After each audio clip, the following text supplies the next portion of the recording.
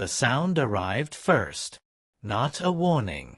Not a chance to react. A sharp, hollow crack rolled across the dusty stretch of County Road 72 like someone snapping a steel beam over their knee. Tommy Grant froze where he stood beside his old work table, a brush dripping stain onto the concrete of his workshop floor. He didn't need to rush outside. He didn't need to guess. He had heard that exact sound every time his piece was torn open. It was the sound of another mailbox dying. Tommy set the brush down, wiped his hands on his jeans, and stepped out into the sunlight. He already knew what he would see. He already felt the anger before his eyes even reached the end of the driveway. The mailbox he had installed just 2 weeks earlier. Fresh paint, straight post, carefully cemented into the earth, lay folded like damp cardboard against the gravel shoulder. Its door hung twisted, the latch split into 2 pieces, the pole bent as if something enormous had driven straight through it.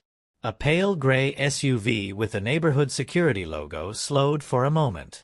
The driver never looked back. Then the vehicle rolled away, tires crunching calmly over the dirt, as though nothing had happened at all. Tommy's jaw tightened.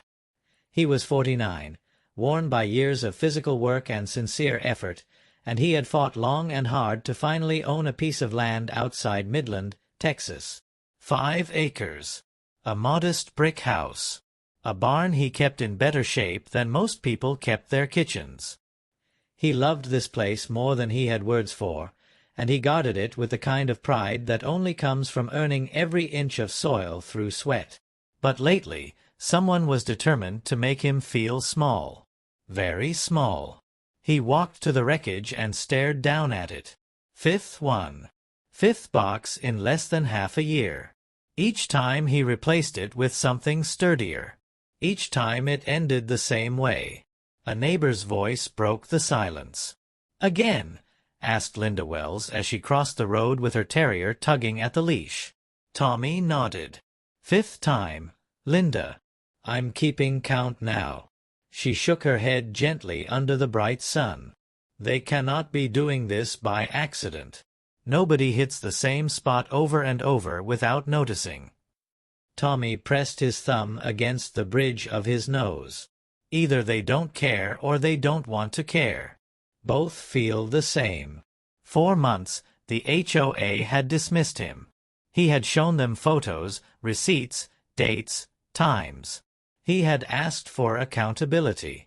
Instead, they gave him suggestions that felt like insults. Move the box closer to the house. Use a smaller one.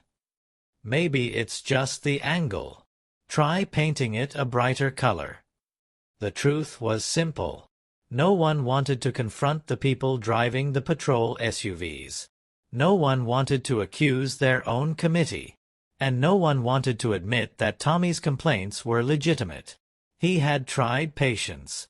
He had tried politeness. But standing in front of the mangled metal now, he felt the patience drain from him like water through cracked fingers. That night, at the dinner table, his wife Anna pushed her glasses up her nose and tried to ease the tension. "Maybe it'll stop," she said carefully. "Maybe this was the last one." Tommy shook his head. "That's what I told myself after the 2nd, and the 3rd, and the 4th. But this time something feels different." His son, a 17-year-old named Jacob, leaned forward. "You think they're doing it on purpose?" "I think they don't care whether they hit it or not," Tommy said. "And when someone doesn't care about your property, they usually don't care about you either." That quiet sentence lingered between them. He didn't say it dramatically. He said it like a man who had thought about it for a long time. The next morning, Tommy stood at the end of his driveway again, this time with a tape measure and a notebook. He took his time, measured angles, checked visibility, looked for skid marks, looked for excuses that might explain it all away. But no explanation made sense. Other mailboxes along County Road 72 looked untouched. Some rusted, some crooked, some held together by nails older than the homeowners. None damaged. None replaced. None flattened into scrap. Only his. Cars slowed as they passed. People stared. Some sympathetic. Some curious. Some judging. He could almost hear the unspoken comments. There he goes again. Tommy and his mailbox problem. Why can't he just let it go? Tommy wasn't built to let things go.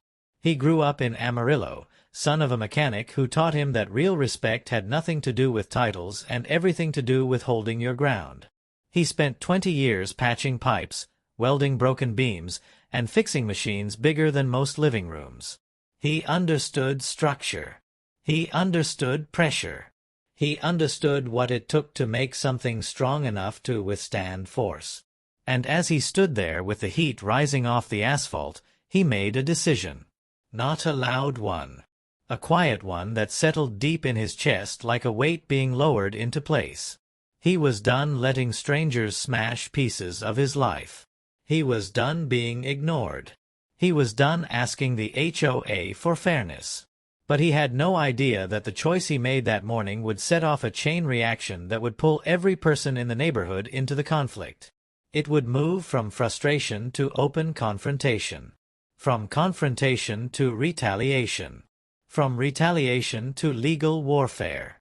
He didn't know that yet. He only knew he was tired.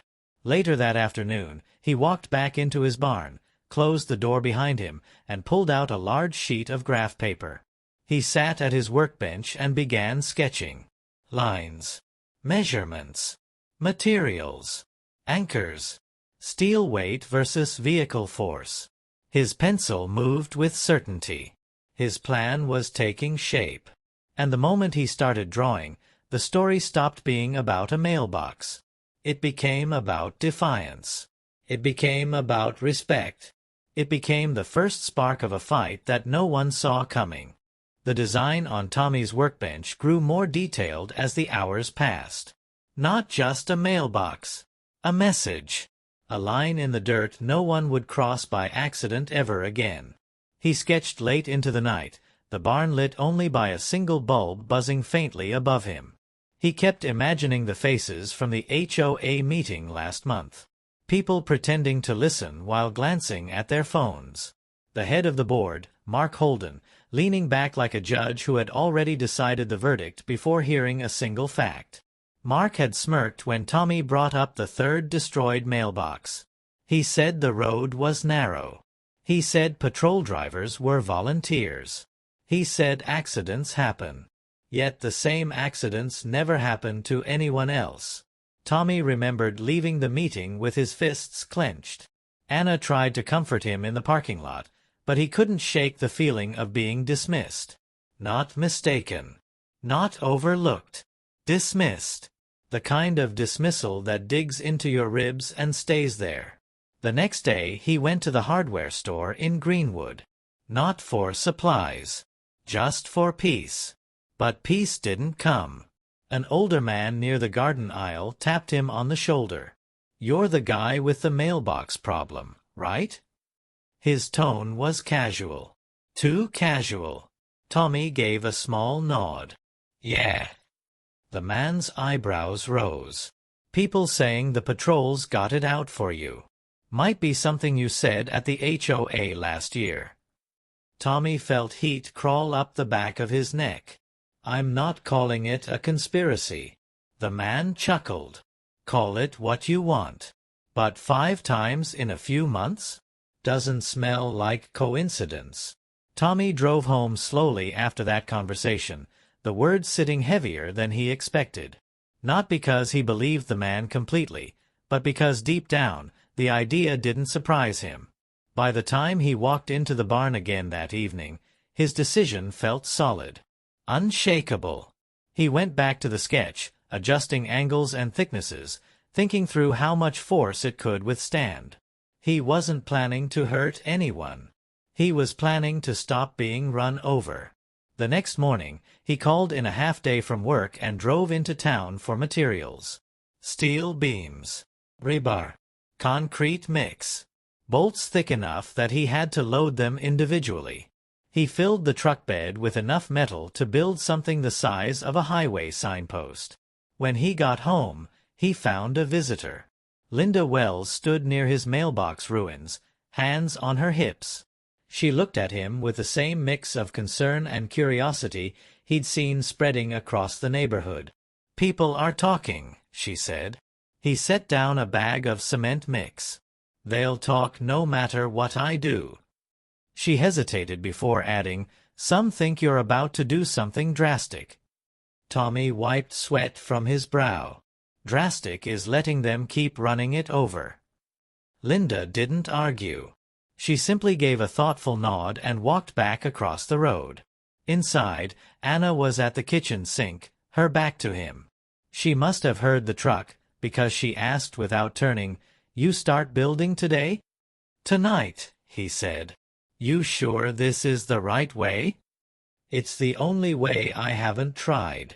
The quiet in the room grew long enough that Tommy wondered whether she would say more. She finally turned around, her eyes soft and worried. "I know they've pushed you too far. I just want to make sure we don't lose ourselves to their nonsense." Tommy stepped closer. "I'm not trying to win a war. I'm trying to stop one." When the sun dropped behind the mesquite trees and the air cooled, he slipped into the barn and got to work. He welded the interior frame first. Heat poured off the metal until sweat ran into his eyes. Sparks popped against the concrete like tiny fireworks. He measured twice, welded once, then measured again out of instinct.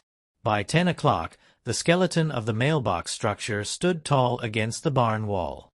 A rectangle of steel strong enough to punch a hole through a weaker vehicle if the impact was right. Jacob stepped into the barn holding a soda. His eyes widened like he'd walked into a secret lab. "Dad, that's a lot." "It'll be solid," Tommy said. "That's not solid," Jacob replied. "That's indestructible." Tommy held back a smile. "That's the idea." He didn't hide the construction. He also didn't announce it. People passing by could hear the grinder through the barn walls. They could see sparks flash through the cracks at night. And they definitely noticed the steel sheets leaning against the exterior wall. The first neighbor bold enough to ask was an older man named Terry. He appeared in the doorway with a jar of iced tea. "What are you building, Tommy?" Tommy didn't pause his work. "Something that'll last longer than 5 mailbox cycles." Terry chuckled. "You think Holden's gonna like it?" "He doesn't pay my bills," Tommy answered. "True enough. But that man likes control more than anything." Tommy finally looked up. "Then he's about to learn that control doesn't reach my property line." Terry's laugh echoed gently through the barn. "Bold man. I respect it." The days passed, and the structure grew stronger. 3 feet of steel buried deep in concrete. A welded frame reinforced by angled bracing. Layers of material stacked so carefully that, once covered with cedar planks, it would look harmless. Every night, Tommy worked long after the house lights went dark. And every night, something else grew quietly inside him. Something he hadn't felt since the first mailbox was crushed. Confidence. The turning point came the night before he planned to install it. As he locked up the barn, a patrol SUV slowed near his driveway. Not the usual roll-by. This one paused. Windows tinted. Headlights trained on him for a moment too long. Tommy didn't move. Didn't nod. Didn't flinch. The SUV eased forward and disappeared into the distance, but the message was clear. They had noticed his preparations. They were paying attention. He walked back inside where Anna waited at the table with a mug of tea. She looked up, reading the mood on his face instantly. They were watching again, weren't they? He sat down across from her. "They know something's coming." "And does that worry you?" she asked. Tommy rested his calloused hands on the table. "I'm past the point of worrying. Now I'm just done." The following morning, he stepped outside with a shovel in one hand and determination in the other. The time had come to anchor his creation into the earth. By noon, half the neighborhood would know. By sunset, everyone would have an opinion. By next week, the first explosion of conflict would erupt. But at that moment, Tommy only cared about one thing. He was finally building something they could not crush. Tommy started digging just after sunrise. The ground was packed tight from years of heat and dryness, but he worked as if he'd been waiting his whole life for this moment. Sweat soaked through his shirt before the morning even warmed up, and each shove of the shovel felt like clearing away more than dirt. He was burying frustration. He was burying helplessness. And he was making space for something that could finally fight back. The trench took hours. He widened it, deepened it, checked the level 3 separate times. By the time he mixed the first batch of concrete in his wheelbarrow, his arms trembled from effort, but he didn't stop. He poured the first layer, set the steel post into the center of the trench, braced it with wooden supports, and stepped back. For a moment, he imagined the patrol SUV hitting it. He imagined that hollow crunch replaced with a sound of their own making. Something in his chest loosened. The second layer of concrete went down. Then a third. The post didn't budge, didn't sway, didn't even quiver under pressure. By early evening, the skeleton was locked into place so securely that nothing short of a wrecking ball could have moved it. But Tommy wasn't done. He began attaching the cedar planks he had cut earlier in the week. Each board sanded until smooth. Each one stained a warm brown. Neighbors who drove by slowed to stare, trying to guess what he was building. Terry stopped again around dusk. "You sure you want to dress it up like that?" Tommy tightened a screw. "I want it to look normal." Terry rubbed the back of his neck. "It'll blend in, all right. Might fool anyone who doesn't know better." "That's the point," Tommy replied. The final panel went on just as the sun dipped behind the fields. The whole structure looked clean, simple, and harmless. A country mailbox sitting exactly where it should, as innocent as any other on the road. But beneath that cedar was steel anchored so deep that a tank would hesitate. When Tommy stood back and looked at it, he felt something he hadn't felt in months. A flicker of strength. Jacob walked up beside him with a grin. "Dad, this thing is insane. I'd pay money to watch somebody try to knock it over." Tommy raised an eyebrow. "I'm not building it for revenge." "No," Jacob said. "You're building it for respect." Tommy didn't answer, but the boy was right. Later that night, Tommy and Anna sat on the porch swing. The smell of fresh cedar drifted on the breeze. Crickets hummed nearby. Anna leaned her head on his shoulder gently. "It really does look beautiful," she said. "You know the moment it gets hit, there's going to be trouble." Tommy clasped her hand. "I know. But at least this time, the trouble won't be mine alone." The first whisper of conflict came the next morning before breakfast. Linda stopped by again, this time walking straight to the porch without her terrier. "Tommy, have you seen the neighborhood page today?" He shook his head. "I don't check it. People are posting about your new mailbox. Some calling it impressive. Others saying it's dangerous." Tommy sighed. "Of course they are." Linda hesitated. "And Mark Holden posted that he plans to address a potential violation soon." Anna's stomach dropped. "They're already coming after you?" Tommy leaned back in his chair. "He hasn't even come to see it. Just hears a rumor and decides it's a problem." Linda lowered her voice. "Be ready. Mark doesn't like feeling challenged." Tommy just nodded. Later that afternoon, he ran into another neighbor, a much younger guy named Byron, who jogged past the driveway and stopped to catch his breath. "I gotta say, man, the new box looks strong. I wouldn't want to crash into it." Tommy crossed his arms. Neither would I. Byron lowered his voice. But people are talking. Saying Holden is furious. You should watch your back. Tommy wiped dust from his hands. I'm not scared of Holden. But the truth was more complicated. He wasn't scared of Holden himself. He was concerned about what Holden could stir up. That evening, as Tommy finished smoothing the last of the stain on the cedar, another patrol SUV rolled by. This one slowed to a crawl. The driver stared. Not a curious stare. A calculating stare. Tommy didn't look away. The SUV lingered just long enough to make a point, then pulled off. He walked back into the house feeling a pressure he couldn't entirely name. Not fear. Not regret. Something closer to waiting for a storm he knew was coming. Anna asked him quietly, "Do you think they'll hit it?" Tommy paused. If they weren't planning to before, they might now. The next 3 days were tense. Patrols slowed every time they passed. Neighbors whispered more openly. A few people stopped waving altogether. But Tommy never took his eyes off the road. Every evening before sunset, he'd sit on the porch with a cup of tea, watching headlights crawl by like insects. Jacob joined him one night, leaning on the porch railing.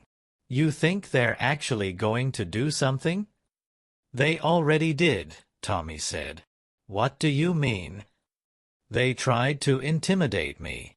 They stared. They circled. They want me to take it down without a fight." Jacob frowned. "So what happens now?" Tommy kept his gaze on the mailbox. "Now we wait." They didn't have to wait long. The moment came on a Thursday afternoon when the air was thick and buzzing with heat. Tommy was tightening a hinge inside the barn when he heard it. Not the usual crunch. Not the metallic scrape he had grown numb to. A heavy, thundering impact shook the air. The kind of collision that takes the breath out of a person even from a distance. He didn't run. He didn't freeze. He just walked out of the barn slowly, as if he already knew he was stepping into the next chapter of a fight he didn't start. At the end of the driveway sat a patrol SUV tilted sideways, hood crushed inward like someone punched it with a sledgehammer. Steam rose from the engine. The bumper had torn clean off. Plastic and glass scattered across the shoulder. But the mailbox stood perfectly straight. Perfectly clean. Perfectly unbothered. Not a scratch. Neighbors began spilling into the street almost instantly, drawn by the sound. Some gasped. Some whispered. Some looked at Tommy as if this moment had been waiting to happen since the first mailbox was destroyed. And the driver stepped out of the SUV, staring at the box with disbelief and anger swirling in his eyes. "This is insane," he muttered. "This thing is dangerous." Tommy approached him slowly. Dangerous is hitting something 5 times and expecting it to fold every time. The driver shook his head, pointing at the damage. "You can't put something like that on the road. It's a hazard." Tommy kept his voice calm. "So is reckless driving. Yet nobody fined you for it." The man glared. "This isn't over." Tommy nodded once. "No, it's not." A crowd formed. Voices rose. Opinions clashed. Some sided with Tommy. Some blamed him outright. Some just watched, waiting for the fallout. And Tommy felt the shift. Not fear. Not worry. The shift of a line being crossed. He knew the real fight would begin now. He just didn't know how far the HOA would go to break him. But he was ready. More ready than he had ever been. Neighbors kept gathering until the road felt crowded, the kind of crowd that swells when people sense something bigger than a simple accident. Tommy stood there as the patrol driver paced around the wrecked SUV, shaking his head like he expected the mailbox to apologize. A few feet behind them, murmurs rolled through the group. "He built that thing too strong. No mailbox should survive a hit like that." Well, maybe drivers should stop ramming into his property. Holden's going to lose his mind. Tommy said nothing. He wasn't interested in arguments. He was watching the driver reach for his phone, furiously typing before placing a call. Within 20 minutes, a black pickup pulled up. Mark Holden climbed out, wearing a pressed shirt like he was arriving for a press conference instead of a neighborhood dispute. His expression froze the crowd. Eyes narrowed, jaw tight. He didn't look at the wrecked SUV first. He looked at the mailbox. Tommy recognized that look. Not shock, not concern. Offense. The offense of a man who felt someone had dared act without his permission. He finally turned toward Tommy. "What is this?" "A mailbox," Tommy said calmly. "Don't be clever," Mark snapped. "What did you build?" "Something that can finally survive being hit." Mark stepped closer, his voice lowering. "You created a hazard. Look at that vehicle." Tommy glanced at the crushed hood. "A vehicle destroyed 4 of mine. That didn't bother you then. This is different." "It's only different because I'm not the one losing something this time." The crowd shifted, sensing tension building like a storm cloud. Mark held out his hand toward the mailbox. "This violates HOA safety guidelines." Tommy crossed his arms. "Show me which guideline says a mailbox can't be strong." Mark's mouth twitched. "You think you're clever, but this is a liability. You'll remove it." "No," Tommy replied. "That isn't optional." It wasn't optional for me to replace 5 mailboxes either. People around them whispered, some approving, some anxious, some already imagining the neighborhood gossip for the week. Mark stepped even closer until only inches separated them. His voice dropped to a sharp whisper. "You're creating division here." Tommy didn't flinch. The division started when people ignored what was being done to me. Mark exhaled, visibly losing his grip on patience. "I'm giving you 1 week. 1 week to take it down or face consequences." Tommy stared at him steadily. "If you want it gone, you're going to have to take it down yourself." Gasps rippled through the group. A few neighbors exchanged glances. Some even nodded quietly, like they had been waiting for someone to finally stand up to Mark. Mark didn't respond. He simply turned around and walked back to his truck, slamming the door with such force that even the patrol driver winced. As he drove off, the tension lingered. Terry approached Tommy with a slow shake of his head. "You know that man's not going to let this go." "Neither am I," Tommy said. Linda approached next. "You need to be careful. He's furious." Tommy gave a short nod. "I've been careful for months." That didn't protect anything. People eventually drifted home, but the unease stayed behind like a shadow. That night, Anna didn't wait for Tommy to come inside.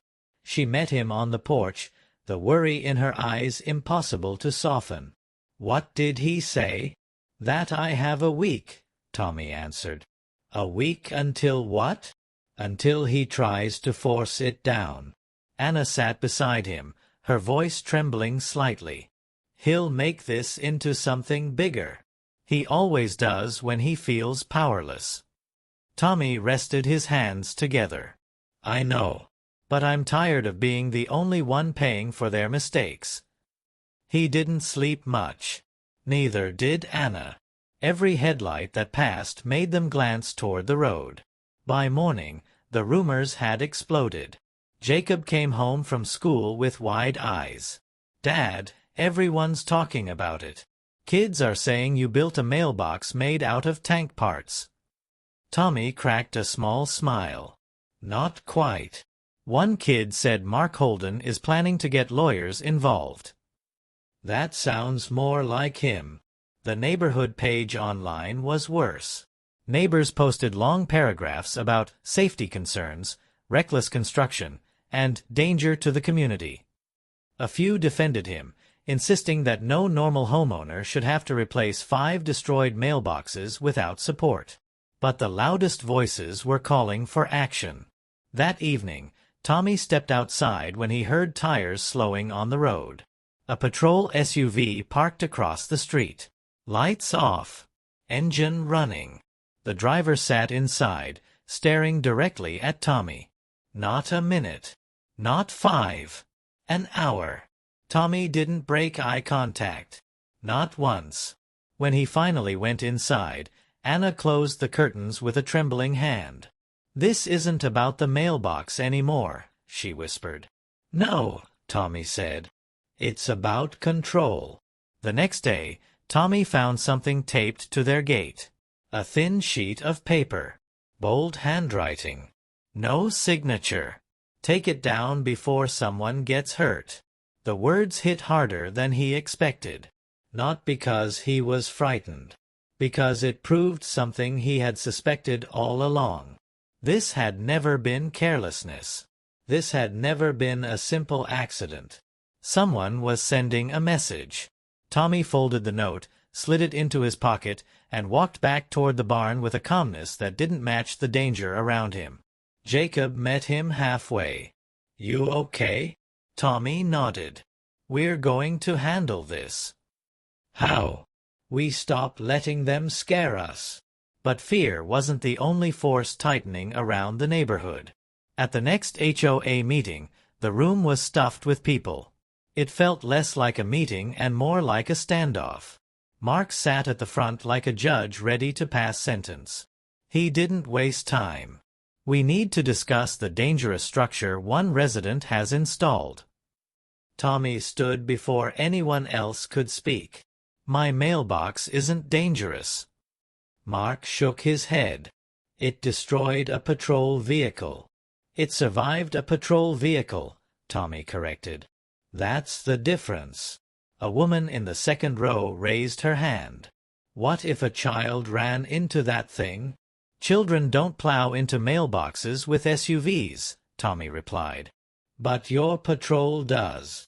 Some people laughed. Others glared. Mark slammed his papers on the table. "This is serious. He is in violation. And he refuses to comply." Tommy stepped forward. "You ignored me for months. I asked for help. I asked for accountability. And you acted like I was exaggerating." "This isn't about you," Mark snapped. "It is," Tommy shot back. "It's been about me since the first hit." The room erupted again, voices overlapping, arguments breaking out in every corner. People who never spoke at meetings yelled over one another. Fingers pointed. Accusations flew. Through it all, Tommy stood still. He wasn't overwhelmed. He wasn't rattled. He was ready. Mark finally raised his voice again, louder than anyone else. "Fines will begin immediately. And if he refuses, we will take legal action." Tommy didn't hesitate. "Then I'll see you in court." A hush fell over the room. The kind of hush that only comes when a line has been crossed too cleanly to ignore. Tommy walked out before Mark could respond. Sherman, one of the only neighbors consistently supportive, caught up to him outside. "You know he's not bluffing," Sherman said. "I know," Tommy replied. "Are you?" Tommy shook his head. "I'm done being pushed around." And the fight moved from the street into the legal world. But Tommy didn't realize yet how ugly the HOA intended to make it, or how many people would turn against him once real consequences appeared. He only knew one thing. He wasn't backing down. Not now. Not ever. The legal notice arrived on a warm August morning, tucked neatly inside the very mailbox they wanted gone. Anna found it first. She walked into the kitchen with the letter held tightly between her fingers, her face pale. "They did it," she whispered. Tommy looked up from his coffee. "Did what?" She slid the envelope across the table. "They're suing you."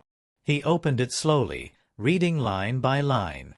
Terms like noncompliance and safety violation and structural hazard filled the page, written with the confidence of people who believed they were unbeatable. At the bottom was Mark Holden's signature. Jacob read over his father's shoulder, eyes widening. "This is ridiculous. They were the ones destroying your stuff." Anna sat down, voice trembling. "Tommy, we can't take on a lawsuit. We don't have that kind of money." Tommy didn't answer right away. He folded the notice carefully, laid it on the table, and stared at it as if committing every word to memory. Finally, he said, "I'm not letting them scare us into giving up." But he knew they intended to bleed him dry. Sherman showed up later that afternoon, leaning on his cane with a grim expression. "I heard what they did," he said quietly. "Word spreads fast, huh?" "Faster than wildfire," Sherman replied. "Holden's got friends in the right places. He's hoping you'll cave before this ever sees a courtroom." Tommy exhaled, feeling the weight settle on his shoulders. "What would you do?" Sherman looked him straight in the eye. "I'd fight, but I won't lie to you. It'll be hell." Tommy nodded. "I've lived through worse." It didn't take long to find someone willing to stand up to the HOA. A lawyer named Maria Vance out of Odessa, sharp-minded, steady-voiced, and known for taking on neighborhood boards that overreached. She sat at Tommy's dining table, reading the HOA's complaint with an unimpressed look. "They're trying to intimidate you," she said. "This is mostly fluff. Nothing illegal about having a sturdy mailbox as long as it's on your property and meets postal height requirements." Anna looked relieved, but anxious. "So we have a chance?" "Oh, you have more than a chance," Maria said. "But Mark Holden doesn't care about winning in court. He cares about breaking your will before you get there." Tommy nodded. "That's what I expected." Maria leaned in. "Then you need to be ready for every dirty trick. Rumors, pressure, threats, isolation." They were ready, though nothing prepares you fully for being the focus of a community's anger. By the end of the week, people talked about the lawsuit at the gas station, the diner, the church parking lot, and even outside the high school. Every story twisted the facts a little more. Tommy was reckless. Tommy was dangerous. Tommy was going to bankrupt the HOA. Tommy was trying to trap patrol drivers. One morning, Tommy found a second note tucked under a rock on his porch. "Enough is enough. Take it down. No signature." He pocketed the note and went to work fixing a fence line he had neglected during all the commotion. But even out in the pasture, he felt eyes on him. Neighbors driving slower than usual, some waving awkwardly, some refusing to look his way at all. Anna tried to shield him from the worst of the gossip, but Jacob heard everything at school. "People say you're stubborn," Jacob told him one evening. "I told them being stubborn isn't wrong when you're right." Tommy put a hand on his son's shoulder. "This isn't about winning a popularity contest." "I know," Jacob said, "but I'm proud of you anyway." 2 weeks before the hearing, things hit a breaking point. Tommy was patching a spot of fence when Mark Holden pulled up in his black pickup. He didn't get out.